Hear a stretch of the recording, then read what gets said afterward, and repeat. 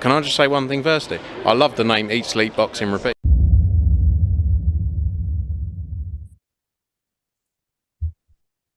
Welcome back to ESBR Boxing's YouTube channel. Delighted as always to be joined by Danny and Elliot. This is the big fight breakdown, the welterweight fight taking place in Glasgow, between Josh Taylor and Ekow Essuman.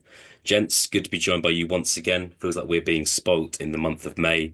Plenty other fights taking place this month, but yeah, this one could be right up there in terms of entertainment. Josh Taylor looking to get his first win for quite a long time, whereas Ekow Essuman's been given a massive opportunity here. Elliot, we'll start with you. Josh Taylor, former undisputed champion of the world, an incredible achievement. Can this guy win a world title at 147 in your opinion? Obviously, Jaron Ennis is possibly kind of the guy to beat at the moment. We could have kind of fighters such as Ryan Garcia, Devin Haney, Teofimo Lopez spending time in that weight division as well. It's Mario Barrios, Brian Norman Jr. At 147 as well. Can you see Josh Taylor winning a world title at 147? Can't see him beating Toronto, let's put it that way.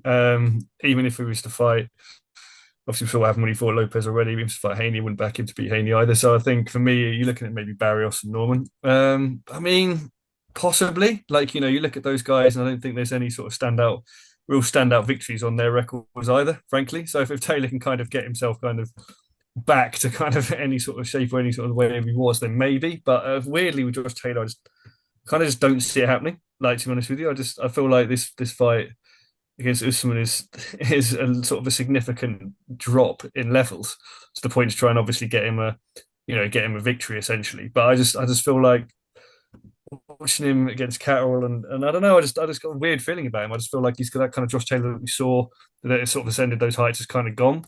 So in a weird way, whilst he could beat Barrios, he could beat Norman Jr. and I'd back him to do so if it was the Taylor of yesteryear. I also kind of was feeling that he won't actually pick up a world title at 147, even though at one point he probably could have done.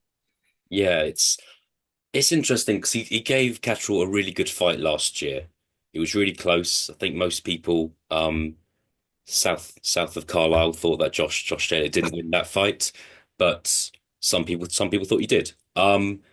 And I think it's not a loss to kind of be ashamed of, but I just think when you look at his kind of resume, his last genuine win was against Jose Ramirez. That was May 2021, sorry, not 4 years ago now. That's quite a long time. He obviously had the Catterall first fight, which most people thought he lost. So whether he can roll back the years now and genuinely win a world title, we'll have to see. But it has to get past Ekow Essuman first. Danny, what are your thoughts on this? I think he can. I actually just had a look before we came on. Ekow Essuman's actually ranked fourth with the WBO. That belt obviously currently held by Brian Norman Jr. If a unification between Norman Jr. and Ennis is next, most people favour Ennis to win. That belt becomes favourite. And looking at the names that would be above Josh Taylor in those rankings, should he beat Essuman, they're all winnable fights. I think the only question is a world title at 147 what he's 100% going after, or is it bigger fights? Because, there's talk of a trilogy between him and Jack Catterall at 147. There's talk of him fighting Conor Benn at some point at 147, which, we'll maybe come on to. Would the lure of the payday of those supersede a world title? Because if he is to fight, say, Catterall, then Ben, he gets older, he declines further, it becomes less likely. Maybe the welterweight division becomes a bit stronger and the world title fight becomes more difficult, and then it becomes less likely. But I think if his goal was dead set on becoming a two-weight world champion, he could do it, definitely. Yeah, I thought 34 years old now, Josh Taylor. If he was 4 or 5 years younger, I would say 100%. But I just think it's one of those where it's like he's kind of like running a clock down, and he's got a little bit of time left in his career, or a little bit of time left at the top level, and it's I agree. about what you want to do. And he's could go for another world title, or he could try and make as much money as possible, and I wouldn't blame him for going for the latter option. Danny, you mentioned Conor Benn's name there. We're recording this shortly after Conor Benn losing to Chris Eubank Jr. Josh Taylor has had opinions about Conor Benn the last few months. I think a lot of people have. They now find themselves arguably in the same weight division, depending on what way you look at it. Is that a fight you can genuinely see happening? And I'm going to be a bit cheeky and say, who would you fancy in that fight? Because we've seen Conor Benn nearly beat Chris Eubank Jr., be it at a different weight, but we're seeing maybe a faltering Josh Taylor the last couple of years. What would if that fight was kind of announced for the end of this year, where would your head be at? It's difficult to make a prediction. We need to see a lot from both. We need to see how Taylor looks against Essuman, and we would need to see how Ben looks for the first time at 147 in years. First time since the field performance enhancing drug test, and first time obviously since 12 grueling rounds at middleweight. I could definitely see it happening. I think it's the biggest fight for Ben at 147, really. You would think domestically anyway, it's the biggest one that people would give him a chance of winning. Maybe Ennis would be slightly bigger, but I wouldn't fancy his chances against Boots Ennis. Who would I favour? I thought Taylor looked better than I expected him to against Catterall in that rematch. I thought Catterall would win that relatively one-sidedly. I think the extra £7 will help. I actually think Taylor would beat him going off what we have now. If Ben was to go in and fight a Barrios and look good, then maybe you change that. And if Taylor perhaps struggled against Essuman, but I think he'll look good against Essuman. So at the time of recording, I'll favour Taylor. Yeah, Elliot, give us your thoughts here. I know you can't kind of watched Chris Eubank Jr. versus Conor Benn, but I just want to get your opinion on Conor Benn versus Josh Taylor. The build-up would be quite something. I think that you'd probably need to involve the army when separating those two at a face-off. But give us your thoughts. Would that fight kind of excite you? What would happen with Conor Benn and Josh Taylor? Yeah, I would be looking forward to that fight on the radio, as I enjoyed Ben versus Eubank as well. So that would definitely be a fight for radio again, I think, and the atmosphere would really translate through there. But no, I think what the weird thing for me is like Josh Taylor. Like, you look at Josh Taylor, obviously should be technically what it is, and should be technically a lot better than Conor Benn. But in the weird sense, it's almost like what happened to like against Catterall has almost fried my brain as well as Josh Taylor's brain. I kind of just see this kind of fighter that's stuck in the mud, seemingly like kind of struggling against someone I also thought he would outclass. But like Tony did also say, I think Danny's correct in saying it, he performed a lot better in the Catterall rematch than I actually thought he would as well. So possibly actually is fresher than I think he was kind of given credit for around then as well. So I mean, if he comes with this, which I don't want to sort of offer any sort of spoilers up, but if I expect him to come through this quite convincingly, then you may be looking at him, but sort of back in condition and ready for that. But I do think the question marks are really out on Conor Benn as well. I mean, I've got this weird thing with like stylistically, do I see just kind of Ben plowing forward and trying to just like hammer Josh Taylor into like, into Arthur's seat in Edinburgh or whatever? I don't know. Like maybe that could happen as well. It's not beyond the realms of possibility. But equally, you look at it on paper, I can't sit here with a straight face and say that I would back Conor Benn to beat Josh Taylor. So I think it might equally be a Taylor on points for me is how I look at it. Maybe fairly wide. I just don't think Conor Benn's in the same class, but it's kind of a question mark. There's just so many external question marks that Danny alluded to that could kind of narrow it down. But I would have to say Josh Taylor on points if I was pressed for a prediction at this stage. There are. I think the only thing I'd add to what you guys have said is that, but I think Conor Benn's had a massive payday, and Josh Taylor wants big paydays, I think.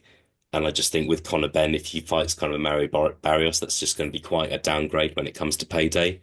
Whereas with Josh Taylor, kind of he wants the big fights as well. So just for that reason, I think it makes sense. It would be a really exciting fight to take place in the UK as well.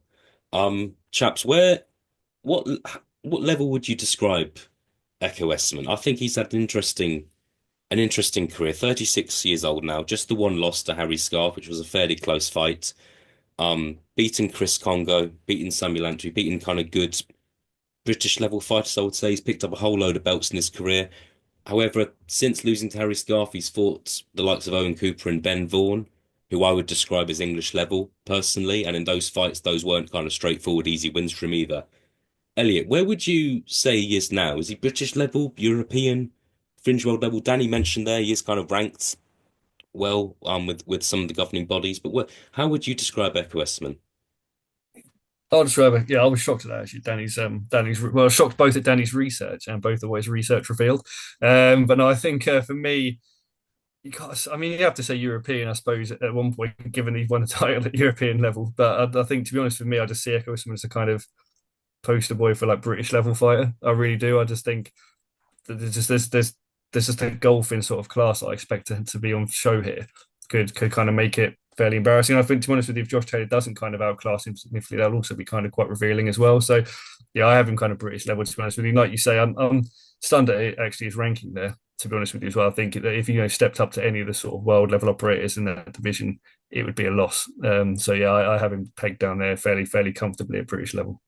Yeah, and look, and perhaps there's a reason why it's taken him a long time to kind of really kind of step up in his career. But it's just been a bit frustrating because we've seen him beat good fighters, but he's not then moved on. He's kind of gone up in this fight against Harry Scarf, who we know is a very tricky, rangy fighter. And I think since then he's bounced back, but he's not bounced back with a vengeance, in my opinion. Danny, how about you? Is he British level? Is he European level? Where's Ekow Essuman at for you?